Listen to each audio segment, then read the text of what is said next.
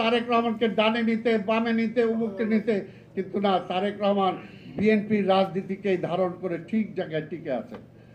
অনেকে তার নেতৃত্ব নিয়ে অনেক প্রশ্ন করছিলেন, কিন্তু আজকে সময় প্রমাণ করেছে যে সময়ের প্রয়োজনে তারেক রহমানের বিকল্প নাই।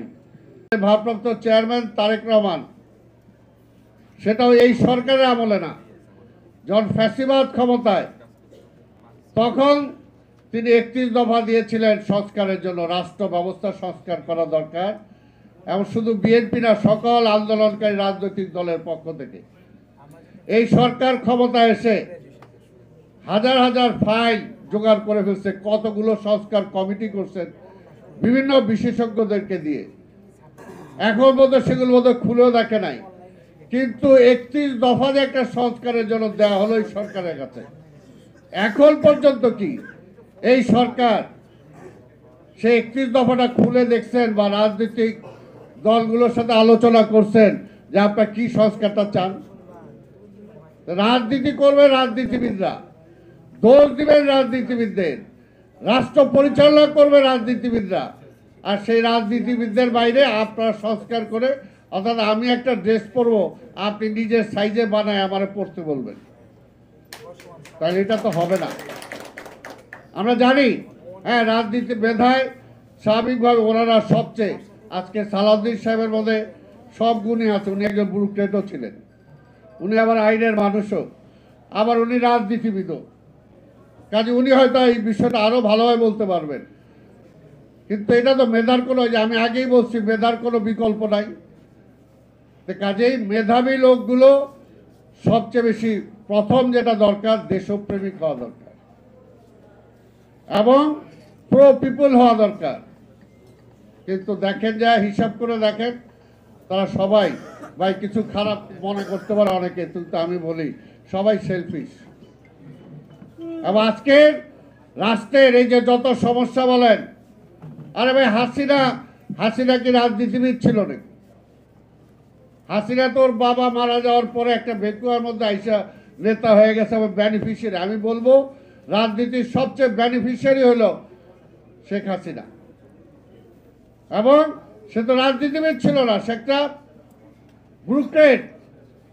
ব্রুকেট না, সে হলো একটা স্বৈরাচার। যখন স্বৈরাচার হয়ে যায়, ওই সেলফিস থেকে এসে দাও, স্বৈরাচার যখন হয়ে যায়, তখন তার সে রাজনীতিবিদ থাকে না। রাজনীতিবিদের ক্যারেক্টার যেটা হওয়া উচিত, যদি সেটা ধারণ করতে পারতাম তাহলে তো হইতই। কিন্তু পাশাপাশি দেখেন যে শহীদ রাষ্ট্রপতি জিয়া রহমান নিজের রাজনীতিবিদ ছিলেন না, কিন্তু একটা দেশপ্রেমিক ছিলেন, একটা সৎ মানুষ ছিলেন, দেশকে ভালোবাসতেন। এই কারণে যখন সেই পাকিস্তানের আমলেই যখন বাংলাদেশের রাজনীতিবিদরা, বাংলাদেশের মানুষ বৈষম্যের শিকার হতো, তখন সেখানেও সেটা প্রতিবাদ করেছেন, এবং দেশপ্রেমিক ছিল বলেই 25শে মার্চে যখন শেখ মুজিব পাকিস্তানের কাছে সারেন্ডার করে চলে যায়, তখন কিন্তু সেই দেশপ্রেমের উদ্বুদ্ধ হয়েই কিন্তু সেই সময় তিনি মুক্তিযুদ্ধের ঘোষণা দিয়েছেন, নেতৃত্ব দিয়েছেন। এবং আজকেও বাংলাদেশের সবচেয়ে বড় এটা প্রমাণিত যে বাংলাদেশের মানুষের ভোটে যদি কারো ম্যান্ডেট নেওয়া হয়, তাহলে সবচেয়ে 1 নম্বর ভোটটা পড়বে জিয়া রহমানের জন্য। কারণ ওই যে বললাম, তিনি দেশপ্রেমিক ছিলেন, সৎ ছিলেন, এই দুইটা জায়গায় কখনো তিনি আপোষ করেন নাই। আরেকটা মেধাবী ছিলেন, এই তিনটার সমন্বয় হয়েছিল তার মধ্যে। কাজে এই তিনটাকে যদি আমি সমন্বয় করতে না পারি, আর ওই মেধাবী লোকগুলো যদি ওই দুইটা গুণ না পায়, তাহলে তার দ্বারা ভালো কিছু হয়তো পরিবারের জন্য হতে পারে, কিন্তু রাষ্ট্রের জন্য, সমাজের জন্য হতে পারে না। তা আজকে যত কিছুই বলেন, আজকে মানবাধিকার বলেন, যত কিছুই বলেন, ওই লাল ফিতার গিট যারা দেয়, ওখানে যদি তাদেরকে যদি ওই দেশপ্রেমিক না বানাতে পারেন, সৎ না বানাতে পারেন, তাহলে কোনোভাবেই আপনি হোল প্রসেসটাকে, আজকে দেখেন বারবার একই কথা আসে, গত 17টা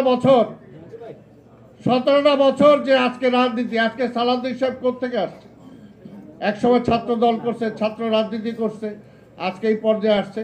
গত 17টা বছর দেখেন যে প্রত্যেকটা সাপ্লাই লাইন থাকে, রাজনীতি সাপ্লাই লাইন, যে ছাত্র রাজনীতি। তাই ভাইয়ের আমার বক্তব্য দীর্ঘায়িত না করে বলবো যে আজকে যেগুলো আজকে মানবাধিকার সব কিছুই হয়, সে আইনের শাসন যখন প্রতিষ্ঠা করতে পারবো আমরা, তখনই সেটা সম্ভব হবে। আর আইনের শাসন প্রতিষ্ঠিত করতে হলে রাজনীতিটা রাজনীতিবিদদের হাতে ছেড়ে দেন। রাজনীতি করবে রাজনীতিরা, আর আপনি ডিকটেট করবেন ওই জায়গা থেকে, ঘুরাবেন অন্য জায়গায়, সেটা হবে না। কাজেই যারা ওই যে বললাম ভাই ক্রুকেটটা এখানে পাওয়ারফুল, তারা সব কিছু করতে পারে, কিন্তু তারপর আমার যেটা বলার বলছি, আমরা পার্শ্ববর্তী দেশের সমালোচনা করি ঠিকই, কিন্তু ওইখানকার ব্রুকেসের দিকে একটু তাকিয়ে দেখেন।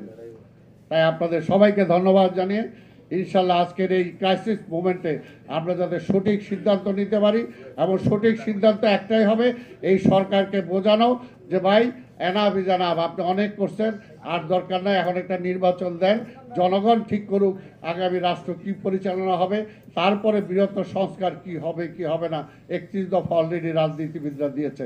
কাজে সেটার উপর আস্থা রাখেন। আপনাদের সবাইকে ধন্যবাদ। খোদা হাফেজ। বাংলাদেশ জিন্দাবাদ।